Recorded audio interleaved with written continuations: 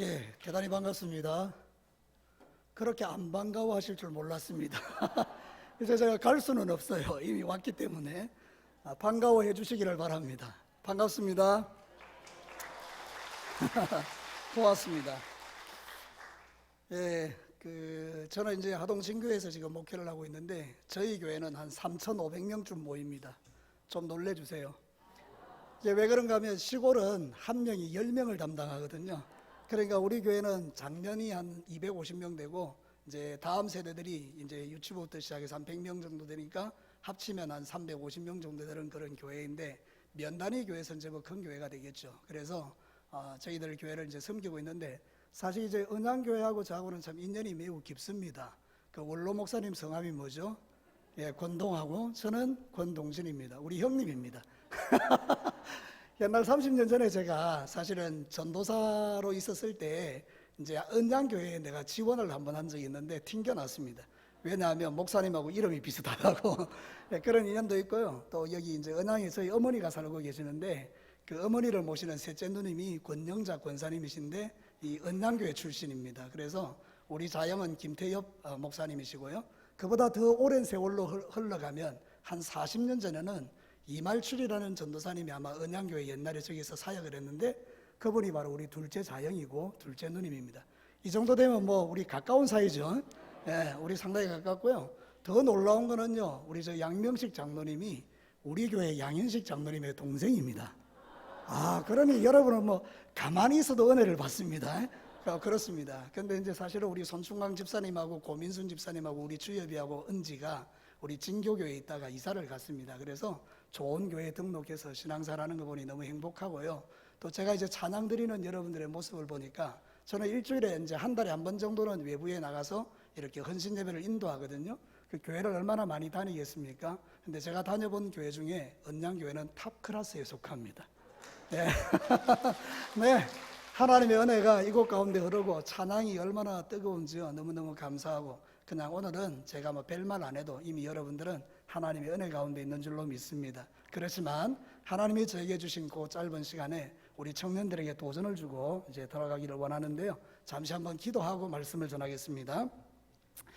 참으로 좋으신 아버지 하나님, 이 자리에 보내셔서 하나님의 말씀을 태어나게 하시니 감사합니다.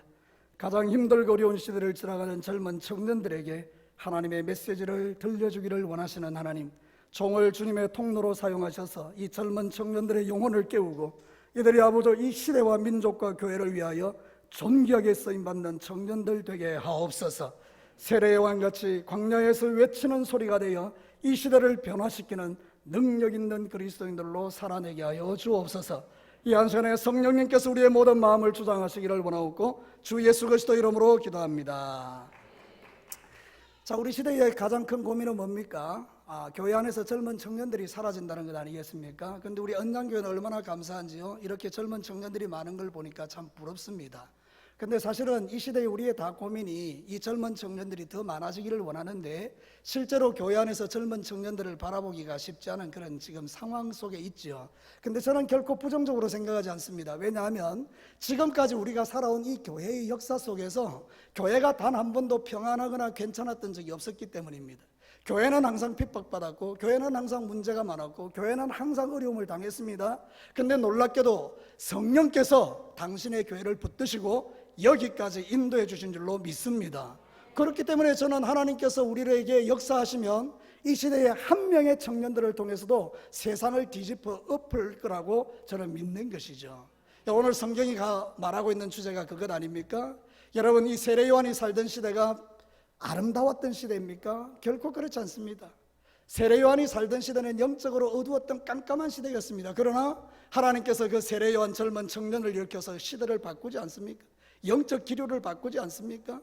여러분, 세례 요한의 나이가 몇 살이었습니까? 30살이었습니다. 30살 그 청년이 광야에서 나와서 소리를 치는 순간 세상의 역사가 바뀌고요, 영적 기류가 바뀌어버렸습니다. 오늘 여기 있는 젊은 청년 여러분 한 사람 한 사람이 세상의 역사를 바꾸고, 죄송합니다, 바꿀 생각이 없으시군요. 예, 세상을 바꾸고 교회를 바꾸고 시대를 바꾸는 하나님의 사람 되시기를 주의 이름으로 축복합니다. 그래서 오늘 저는 이 말씀을 통해서 세상과 맞짱 뜨는 청년이라는 주제를 가지고 말씀을 전하려고 해요. 정말 이 시대에 필요한 젊은 청년들이 누구입니까? 모든 사람들이 다 안 된다라고 할 때에 아니야, 하나님이 나와 함께 하셔. 왜 안 된다는 거야? 나는 세상과 맞짱 뜰 거야. 그렇게 할 수 있는 젊은 청년들이 이 언양교회를 가득 채우게 되기를 주의 이름으로 축복합니다. 그래서 오늘 이 말씀을 통해서 세상과 맞짱 뜨는 청년이라는 주제를 가지고 전가할 텐데요, 첫 번째 메시지는 이것입니다. 우리 다 같이 한번 읽어볼까요?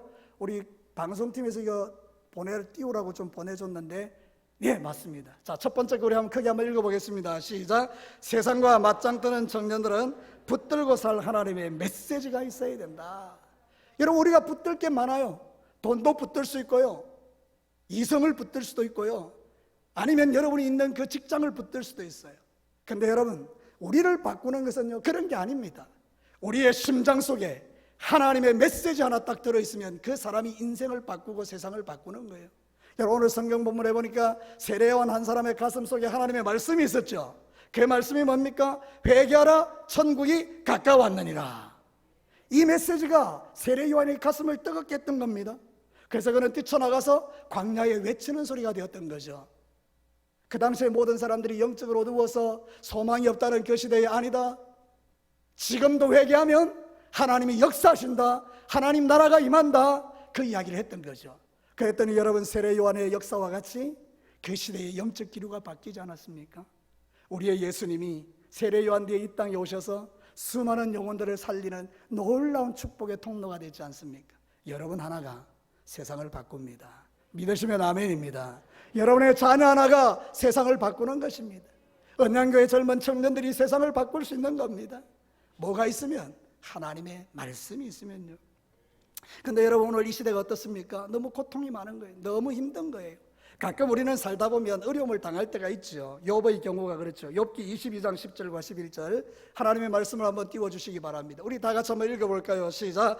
그러므로 올무들이 너를 둘러있고 두려움이 갑자기 너를 엄습하며 어둠이 너로 하여금 보지 못하게 하고 홍수가 너를 덮느니라. 이런 삶의 상황들이 우리에게 찾아오죠. 지금 우리 젊은 청년들의 앞날에 엄청난 홍수들이 밀려오고 있죠. 여러분의 두려움이 뭡니까? 내가 나중에 직장을 생활을 할 수 있을까? 내가 취직할 수 있을까? 내가 결혼할 수 있을까? 근데 우리 언양교회 젊은 청년들을 보니 인물들이 다 잘생겼어요. 그래서 여러분들은 결혼 안 할 걱정 안 하셔도 돼요. 네. 여러분, 다 염려와 근심 걱정이 많고요, 뭔가 이렇게 밀물처럼 어려움이 다가오는 그런 시대인 거예요. 여러분, 그 시대도 그러했죠. 근데 여러분, 세례 요한은 그 정면으로 돌파하는 겁니다. 그 어렵고 힘든 시대를 그냥 정면으로 돌파하는 겁니다. 정면으로. 이게 바로 하나님께서 우리에게 주신 은혜예요. 뭐가 있으니까? 그 심장 속에 말씀 하나 딱 들어가니까 인생이 바뀌는 거죠. 여러분, 저는 제 가슴 속에 새겨진 하나님의 말씀 하나 있습니다. 여러분도 좋아하는 말씀이에요. 욥기 23장 10절 말씀이에요. 나의 가는 길을 그가 하시나니 그가 나를 단련하신 후에 내가 뭐가 되어 나오리라? 순금되어 나오리라. 옛날에는 정금되어 나오리라. 여러분, 이 메시지가 왜 내 가슴 속을 뛰게 하는가 하면요, 저는 참 고난이 많았습니다. 제가 여러분들 나이보다 조금 많았을 때, 36살 때 안수받고 나서 1년 만에 개척교회를 갔습니다. 진주 동강교회라는 개척교회였는데요, 이 개척교회는 4년간 지겹도록 싸운 교회입니다. 여러분, 그 교회가 막 얼마나 치열하게 싸웠는지요, 담임 목사님이요, 강대상에 자기를 쇠사슬로 묶은 교회입니다. 좀 놀래주세요. 여러분, 얼마나 그게 싸웠는지요, 담임 목사님이 안 쫓겨나려고요, 쇠사슬을 여기다 딱 감아가지고 자기 몸을 묶었다니까요. 교인들이 막 드러내니까. 그런 치열한 교회에 제가 뭣도 모르고 간 거예요. 30대 중반에. 물어봅시다. 제가 고생했겠습니까? 안 했겠습니까? 암에 걸렸겠습니까? 안 걸렸겠습니까? 얼마나 힘들고 어려운 교회인데 뭐 죽을 고생을 한 것이죠. 그리고 나서요, 뭐 얼마나 경제적으로도 힘든지요, 나중에는 빚이 막 1억이 되는 거예요. 좀 놀래주세요. 아니, 목사가 30대 중반에 빚이 1억이 막 넘어가니까요, 전화가 오기 시작하는데요, 캐피탈에서 전화 오고, 국민은행에 BC카드 전화 오고, 국민은행 전화 오고, 농협 전화 오고, 삼성 전화 오고, LG 전화 오고. 얼마나 저를 좋아하는지요. 매일 전화해 주는 거 있죠. 그래서 너무 고통스러웠어요. 차라리 죽었으면 좋겠다. 그래서 하루는 제가 이제 교회로 기도하러 가는데, 저기서요, 그랜저가 오는 거 있죠. 할렐루야. 저 차가 내게로 오라. 내가 자살할 수는 없으니까 저 차가 나를 운전을 틀어서 나를 죽여버려라, 그런 생각을 했다니까요. 그래서 너무 힘들었어요. 사실은 차라리 내가 죽었으면 좋겠다. 근데요, 제가 이제 그때 결정한 게 하나 있습니다. 대리운전해야 되겠다. 그래서 전화를 걸었습니다. 대리운전하는 데다가 나 그 대리운전하고 싶으니까 거기 취직하게 오라는 거예요. 여러분, 제가 진주에서 그때 살은 지가 한 6, 7년 될 때거든요. 진주 지리가 바삭한데요, 거기가 어딘지 알겠어요. 그래서 갔어요. 근데 그게 없는 거 있죠. 정말 거짓말같이요. 방금 내가 통화했는데 없는 거예요. 거기가. 다시 전화해도 없는 거예요. 방금 내가 통화했는데. 아, 이 신기하다. 아, 이 하나님께서 하지 말라는 건가 보다. 그리고 집으로 돌아오는 길에요, 우리 집 앞에 하늘을 탁 떠다보니까 정말로 하늘에 구름도 없는 거기에 무지개가 쫙 뜬 거 있죠. 환상도 아니고 실제로. 그래서 제가 그때 알았던 거예요. 하나님, 저 무지개가 앞으로 나의 증거입니다. 나 이렇게 살 수 없으니까 하나님이 나와 함께 해달라고. 그 젊은 청년이 눈물로 기도한 거 알죠? 정말로 가슴을 치며 통곡하며 기도했는데요, 그때로부터 묶여있는 모든 게 다 풀어지는 거예요. 하나님 살아계십니다. 다시요, 하나님 살아계십니다. 시퍼렇게 살아계십니다. 젊은 청년 여러분, 하나님은 여러분과 함께하고 있습니다. 그래서 여러분, 이게 딱 믿어지니까 그때부터 제 마음에 이 말씀이 딱 실제가 되는 거예요. 너의 가는 길을 내가 아는데 내가 너를 단련한 후에는 너를 정금같이 사용할 거야. 야, 막 그때부터요. 자, 이제 놀라지 마십시오. 어떤 사람이 1,000만 원 줬어요. 또 어떤 사람이 1,000만 원 줬어요. 또 어떤 사람이 500만 원 줬어요. 말도 안 했는데요, 막 주는 거 있죠. 그래서 문제들이 해결되는 거예요. 저는 지금도 정말 힘들고 어려운 순간을 만날 때마다 그 시절을 떠올려요. 하나님이 나와 함께 하셨던 그 순간, 그 말씀이 나를 붙들고 가는 걸 믿어요. 우리 젊은 청년 여러분, 여러분의 인생을 좌우할 하나님의 메시지가 있습니까? 그러면 괜찮아요. 그럼 여러분들은 하나님이 책임져 주는 거예요. 말씀이 없으니 방황하는 겁니다. 하나님의 말씀이 내 속에 역사가 되지 않으니 내 인생이 방황되고 어렵고 힘든 거, 오늘 기도하시는 우리 그 청년이 그렇게 했잖아요. 여러분, 내 영혼을 어찌하여 낙심하여 불안해하는가? 너는 여호와를 바라라. 그 하나님이 너를 도와주실 거야. 그게 진짜로 고백되면요, 그 사람의 인생은 바뀌는 거 아니겠습니까? 시편 18편 29절에서 30절을 한번 보겠습니다.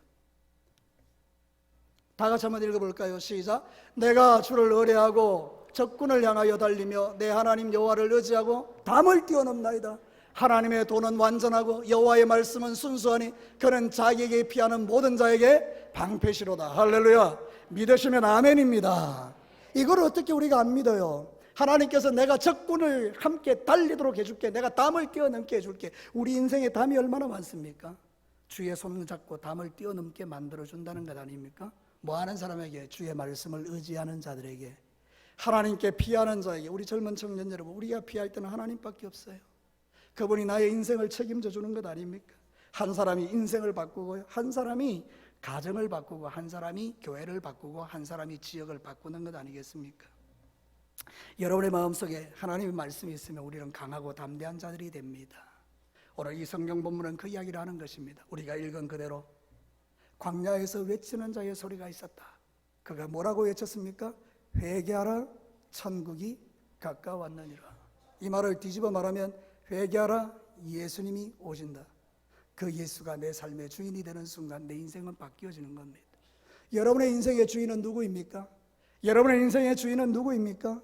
요즘 우리의 주인은 너무 많은 거 있죠. 돈도 주인이고요, 자식도 주인이고요, 직장도 주인이고요, 명예도 주인이고요. 주인이 너무 많아요. 근데 여러분, 이 주인을 싹 정리하고 내 마음의 진짜 주인은 누가 되어야 돼요? 예수 그리스도. 그분이 내 인생의 주인이 되어야 된다는 거예요. 청년들이여, 여러분의 가슴에 붙들 하나님의 말씀, 오늘 그 말씀이 여러분의 가슴 속에 새겨지게 되기를 축복합니다. 자, 두 번째 메시지 한번 들어볼까요? 두 번째로 이것입니다. 우리 다 같이 한번 읽어보겠습니다. 시작. 세상과 맞짱 뜨는 청년들은 하나님을 만나는 광야의 영성이 필요하다. 그렇죠. 세례요한은 지금 어디서 튀어나오고 있습니까? 광야에서 튀어나오고 있죠. 광야는 여러분이 잘 아는 것처럼 소망이 없는 장소죠. 생명이 없는 장소죠. 죽을 장소죠. 늑대들이, 사자들이, 곰들이 달려드는 장소죠. 짐승의 울음소리가 끊어지지 않는 너무나 불안하고 두려운 장소가 광야죠. 아무것도 없는 그곳이죠. 근데 여러분, 거기서 젊은 청년 세례 요한이 광야의 영성을 가지고 나오니까 세상이 바뀌지 않습니까? 여러분, 세례 요한이 광야에서 뭐 했겠어요? 여러분, 제가 우리 청년들에게 퀴즈 드릴게요. 세례 요한이 광야에서 1. 떡볶이 먹었다. 2. 게임하고 놀았다. 3. 하나님과 깊은 영적 교제를 했다. 몇 번입니까? 답은 1번입니다. 자고 일어났는 분들 깜짝 놀라시겠죠? 여러분, 답은 3번입니다. 그는 하나님과 깊은 영적 교제를 나누었어요. 그랬더니 하나님께서 그를 통해서 놀라운 일을 풀어가는 것을 보게 되죠. 젊은 청년 여러분, 여러분에게 광야가 있습니까? 여러분이 광야라는 의미는 우리가 이 도시에 살아도 광야가 되는 거예요. 어디가 광야냐? 하나님과 조용히 만나는 그 장소가 바로 광야인 것입니다. 우리는 세상은 1등을 찾아요. 1등만 찾아요. 근데 여러분, 하나님은요, 당신의 마음을 합한 자를 찾아요. 제 이야기가 아닙니다. 성경의 증거를 봅시다. 사도행전 13장 21절과 22절 우리 다 같이 한번 읽어볼까요? 시작. 그 후에 그들이 왕을 구하거늘 하나님이 베냐민 지파 사람 기스의 아들 사울을 40년간 주셨다가 패하시고 다윗을 왕으로 세우시고 정언하여 이르되 내가 이새의 아들 다윗을 만나니 내 마음에 맞는 사람이라 내 뜻을 다 이루리라. 여러분, 그 당시 1등은 사울입니다. 키도 엄청나게 컸습니다. 사울과 저는 비교가 안 됩니다. 저는 정확하게 키를 말씀드리겠습니다. 1m 65입니다. 할렐루야. 하나도 부끄럽지 않습니다. 우리는요, 땅에 속한 자가 아니고 하늘에 속한 자이기 때문에 위에서부터 져야 됩니다. 이게 이해가 안 되는 분들 많네요. 내가 훨씬 큰 거예요. 위에서부터 재니까. 맞습니까? 어쨌든 사울은 막 키가 이만합니다. 인물도 준수합니다.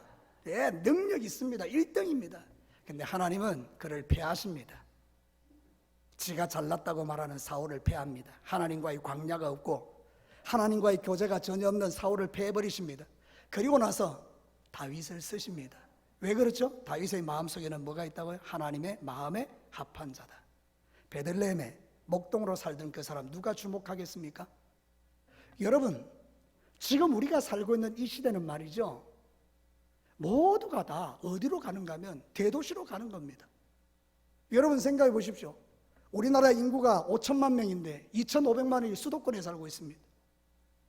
여러분, 그러니까 전부 다 도시로 가버리는 겁니다. 근데 여러분, 그게 아닙니다. 하나님은 광야에서 당신의 마음에 합한 자를 찾으시고 그를 통해서 놀라운 일을 행하시는데 오늘 성경 본문에 보면 역전이 일어납니다.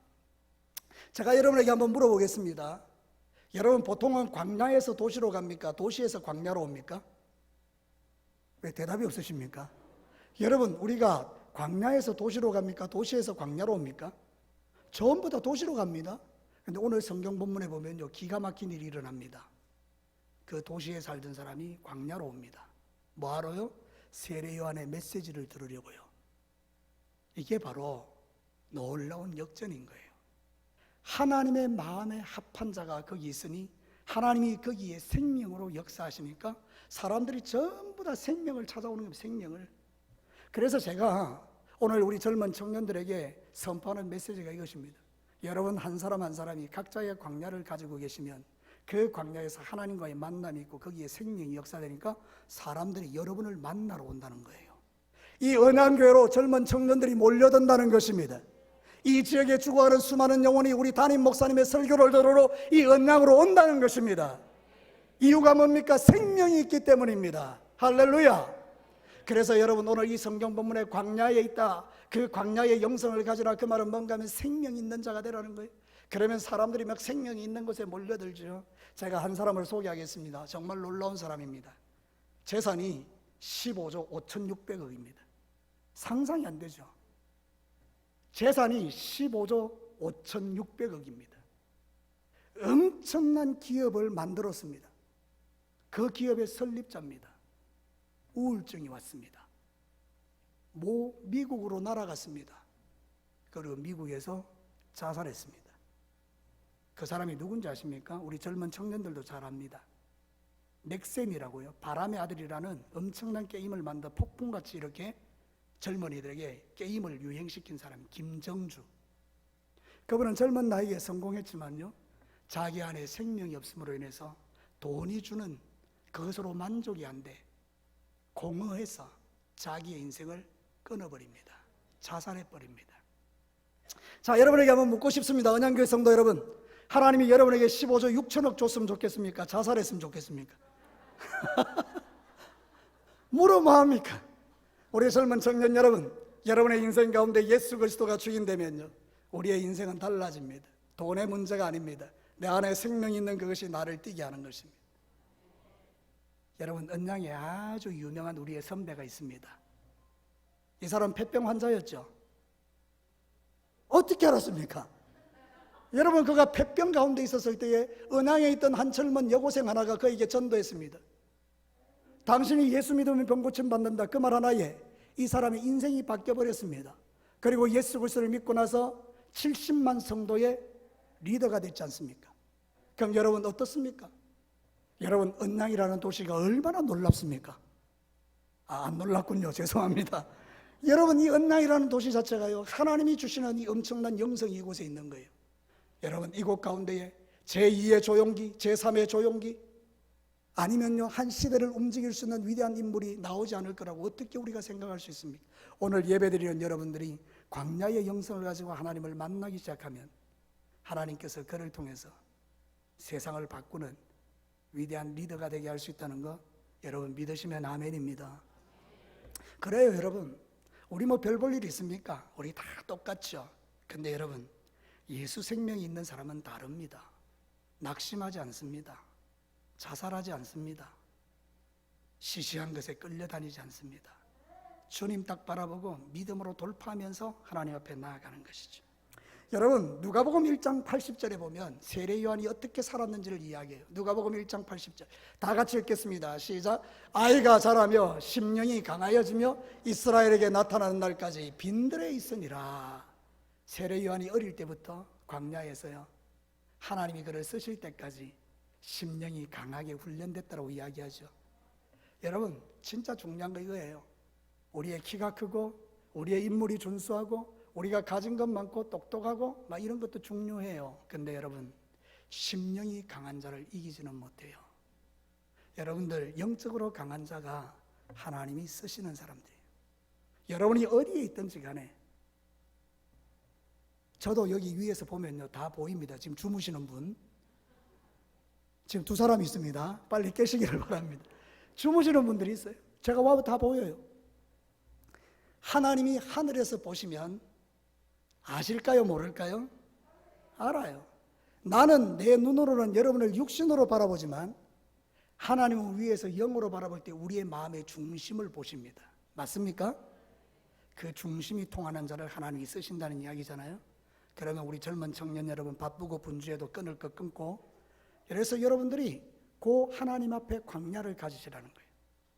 그러면 여러분의 인생이 달라지는 거죠. 하나님이 쓰시면 하나님이 여러분을 통해서 놀라운 일을 행하실 겁니다. 자, 마지막입니다. 우리 다 같이 한번 읽어볼까요? 마지막 세 번째입니다. 같이 읽겠습니다. 세상과 맞짱 뜨는 청년들은 거룩한 삶을 위한 절제를 배워야 한다. 여러분, 오늘 이 시대의 젊은 청년들 너무 유약하죠. 그래서 이 시대의 젊은 청년들을 가리켜서 뭐라고 말하는가 하면 온실 속의 화초다, 이렇게 이야기해요. 예, 온실 속의 화초는요, 그 안에서는 예쁘고 멋진데요, 차가운 겨울에 그 온실에 있는 화초를 밖에 내놓으면 어떻게 됩니까? 얼어 죽습니다. 맞죠? 그죠? 얼어 죽습니다. 사랑하는 성도 여러분, 성도 청년 여러분, 우리가 온실 속의 화초가 되는 것처럼 위험한 일은 없잖아요. 그런데 우리가 밖에 내어놔도 그 찬바람에 살아남을 수 있는 그런 존재로 하나님이 우리를 쓰신다면 우리는 어디에 갖다 놔도 이기고 승리하는 자가 아니겠습니까? 그럼 그 일을 위해서 뭐 하라는 겁니까? 절제하라는 겁니다. 젊은 청년들이 먹을 것 다 먹고 마실 것 다 마시고 피울 것 다 피우고 놀 것 다 놀고 그러면서 주님 앞에 나가 나를 쓰십시오. 그건 하나님께서 원치 않는 일이에요. 하나님이 쓰시는 사람의 공통점이 뭐냐? 거룩입니다. 답을 가르쳐 드렸습니다. 하나님이 쓰시는 사람의 공통점이 뭐라고요? 거룩입니다. 여러분 오늘 성경 본문에 여러분이 읽으시면서 보셨겠지만 세례 요한이 입고 있는 옷이 뭡니까? 약대 털옷입니다. 그가 먹는 음식은 뭡니까? 메뚜기입니다. 석청입니다. 그 돌에서 나오는 꿀입니다. 그리고 여러분 이 세례 요한은 세상에 호의호식을 하면서 맛있는 음식을 먹었던 왕궁에 있는 사람들과 다른 거죠. 얼마나 절제하고 있습니까? 자기가 하나님 앞에 쓰임받는 사람으로서 절제하니까 하나님이 그를 쓰시죠. 저는 원하건대 우리 언양교회 청년 여러분 다음 주 오실 때 약대 털옷을 입고 오시기를 바랍니다. 그리고 메뚜기도 좀 잡아오고 꿀도 좀 담아오고 그걸 먹으면서 신앙생활 하는 거죠. 무슨 이야기인지 아시겠습니까? 우리가 하나님 앞에 쓰임받는 것, 세상과 맞짱 뜨는 청년이 된다는 것은 때로는 절제가 필요하다 이야기를 하는 거죠. 경건은요 훈련입니다. 디모데전서 4장 7절과 9절 한번 읽어볼까요? 다 같이 읽겠습니다. 망령되고 허탄한 신화를 버리고 경건에 이르도록 내 자신을 연단하라. 육체의 연단은 약간의 유익이 있으나 경건은 범사에 유익하니 금생과 내생에 약속이 있느니라. 미쁘다 이 말이여 모든 사람이 받을만 하도다. 자, 우리는 뭘 연습해야 되느냐? 경건에 이르는 연습을 해야 되는데 우리는 육체를 연단하는 쪽에 훨씬 가깝다는 거죠. 몸짱이 되려고요. 여러분 몸짱이 되면 인기가 있겠죠. 근데 하나님 편에서 볼 때는요 외모는 출중하지만 그 영은 빈약하기 짝이 없죠.